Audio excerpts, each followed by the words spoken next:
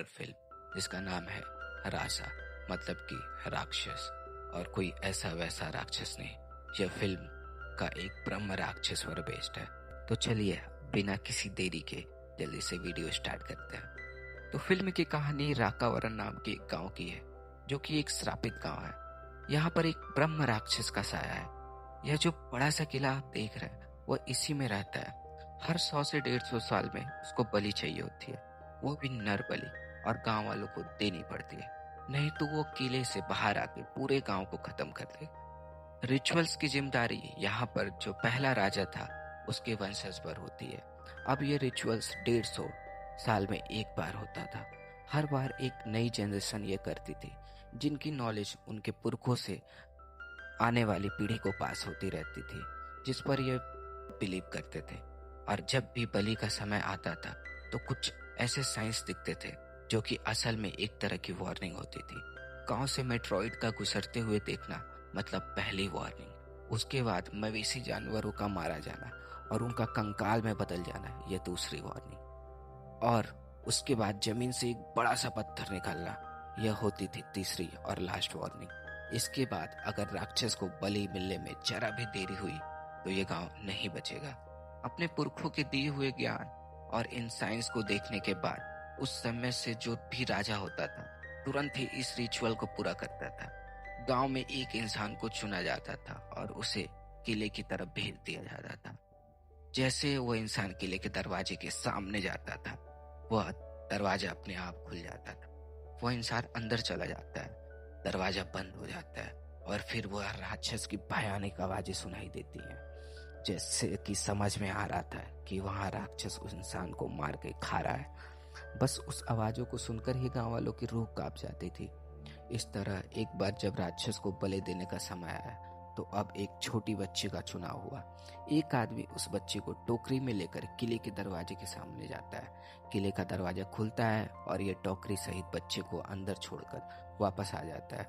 अब किले का दरवाजा बंद हो जाता है और फिर से राक्षस को वो भयानक आवाजें सुनाई देती है। लेकिन उस समय का जो राजा रुद्र प्रताप, उसको उस बच्ची के लिए बहुत खराब लगता है। वह इस प्रथा के खिलाफ हो जाता है। उसका कहना था कि आखिर ये सब कब तक चलेगा, कब तक हम उस राक्षस को डर से सब करते रहेंगे। किसी को तो इसे रोकना पड़ेगा। राजा ने यह तय कर लिया कि उसे किले के अंदर घुसकर उस राक्षस को मार गिराएगा।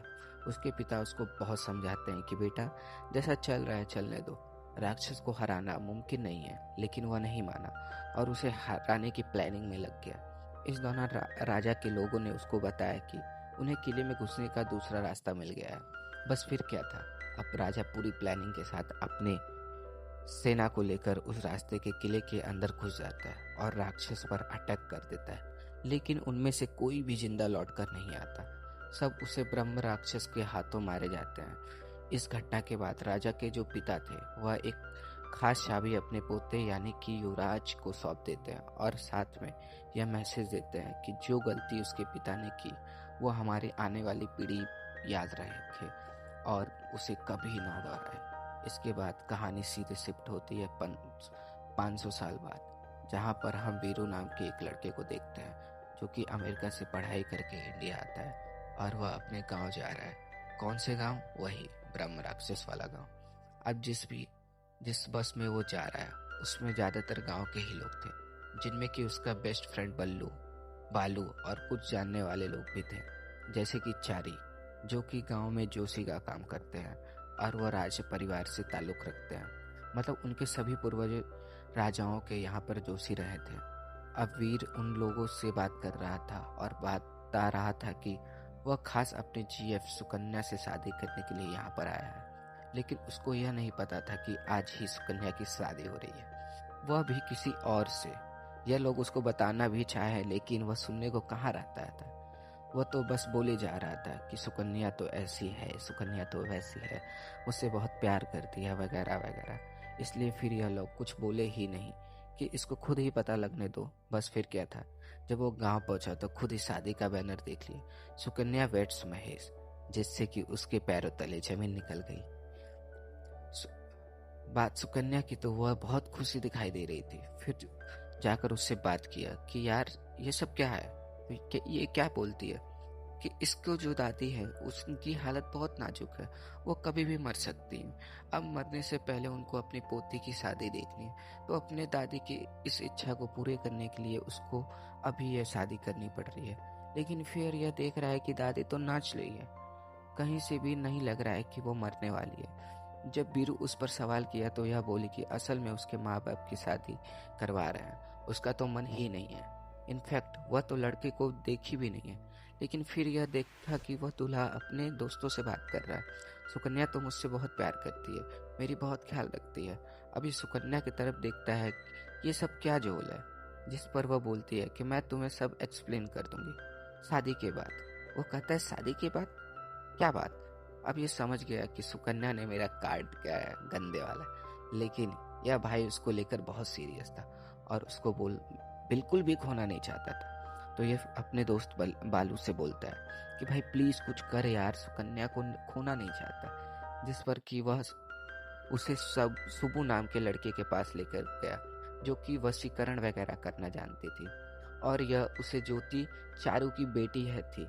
तो सुबू उसे काजल की टिप्पी देकर बोली कि यह काजल सुकन्या की कमर पर लगा देना। उसके बाद वह शादी वादी तोड़कर इसके पास वापस लौट आएगी।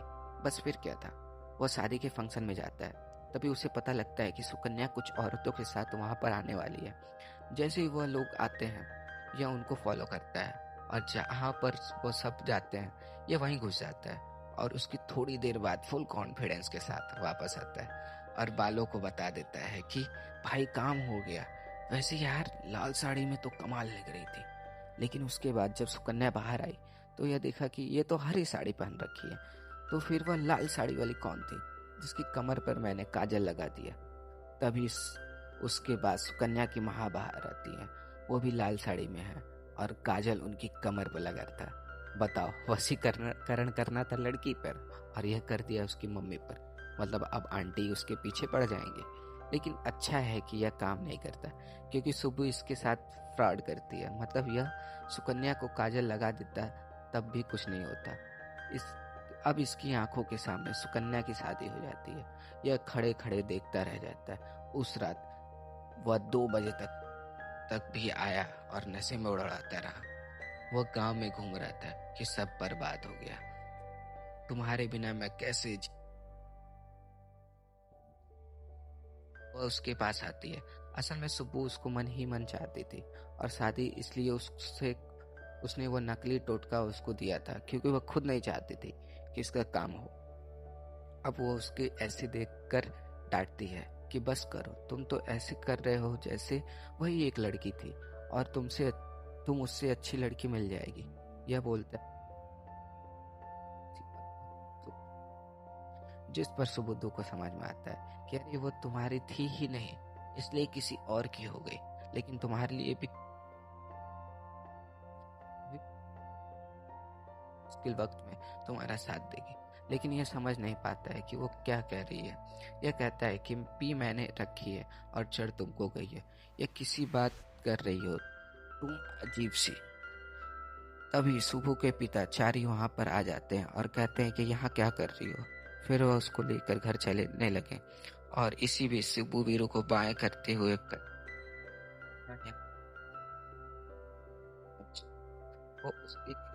वो उसे इसलिए मना कर रही थी क्योंकि वह वही रास्ता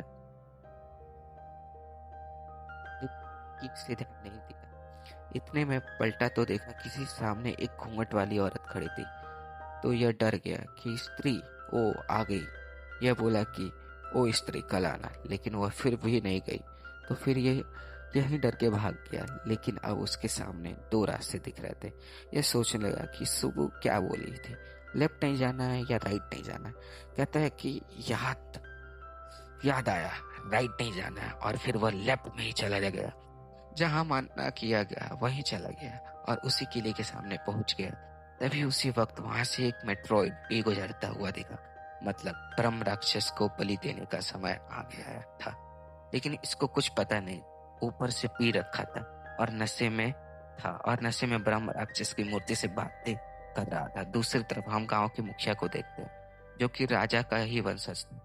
वो अपने घर में आराम से बैठा था कि तभी अचानक वहां पर एक अलमारी हिलने लगती है जिसको अजीब लगा। यह अलमारी खोलकर देखता है तो उसमें वही चाबी रखी थी जो ग्लो कर रही थी। तब उसे अपने पिता की बात याद आती है, जो उसको एक चाबी सौंप कर राक्षस और बलि प्रथा के बारे में सब बताते हैं। अब जैसे ही अलमारी बंद करता है तो मिरर में उसके मरे हुए पिता दिखाई देते हैं। कि पीछे पलट कर देखा तो सामने चेयर अपने आप हिल रही थी, मानो कि उसके पिता का आत्मा भी यही बताना चाह रही है कि बलि का समय आ गया। उन्होंने ये बात बताया है कि साइन देखने से पहले कोई भी किले के पास ना जाए, इसलिए कोई भी वहां नहीं जाता था। लेकिन वीरू तो दारू पीकर वहां पहुंच गया था। अब क्या होगा? तो इसके बाद यह होता है कि अगले दिन ही गांव में हल्ला मचता है कि किले के पास कोई लाश पड़ी है। तो सभी वहां पर देखने चले गए। वैसे वह कोई लाश नहीं थी, वह वीरू ही था जो पीकर वहां सो पड़ा था। अब वीरू के ऊपर एक शर्ट का टुकड़ा मिलता है जिसकी उन्हें लोग ने पहचान लिया। उन्होंने कहा कि ये तो सोमू की शर्ट का टुकड़ा है। सोमू इस गांव का एक आदमी जो 2 दिन से लापता है। अब सबको यह लगता है कि वीरू ने ही सोमू का खून कर दिया। इसके ऊपर वो किले के पास चला गया था, जबकि वहां पर जाना मना था। तो उसने गांव के कस्टम को भी तोड़ दिया। इससे भी गांव वाले बहुत गुस्सा थे और वीरू कंफ्यूज था। उसको समझ ही नहीं आ रहा था कि हो क्या रहा है। वो सही से कोई जवाब नहीं दे पा रहा था। पुलिस वाले तो उसको वहीं अरेस्ट करने वाला था, लेकिन वह गांव वाले कहते हैं कि इसने हमारे गांव का कस्टम को भी तोड़ा है, तो इसका फैसला गांव की पंचायत करेगी। फिर वो सब उसको पकड़ के पंचायत के पास ले गए, जहाँ पर मुखिया का बेटा परशुराम मौजूद था। गांव वालों उसको बताया कि वीरू किले के पास चला गया था, इसने गांव का कस्टम तोड़ा है। उसके ऊपर से सोमू के गायब होने का इल्जाम भी लगा दिया और उस पर और भी आशंकाएं जताई कि शायद वो उसको मार भी दिया है। ऑफिसर तो यह तक कहता है कि मुझे लगता है कि अमेरिका से उसका खून करने आया है। तभी इतने में सोनू की पत्नी भी वहां रोते हुए पहुंच गई और वो भी यह कहती है कि मुझे इंसाफ चाहिए। अब ऐसे में वीरू का दिमाग तो नहीं चल रहा था, मतलब अभी उसका दिल टूटा है, वो उससे निकल नहीं पाया और एकदम से सब उसको घेर लिए और उस पर इल्जाम लगाने लगे। तक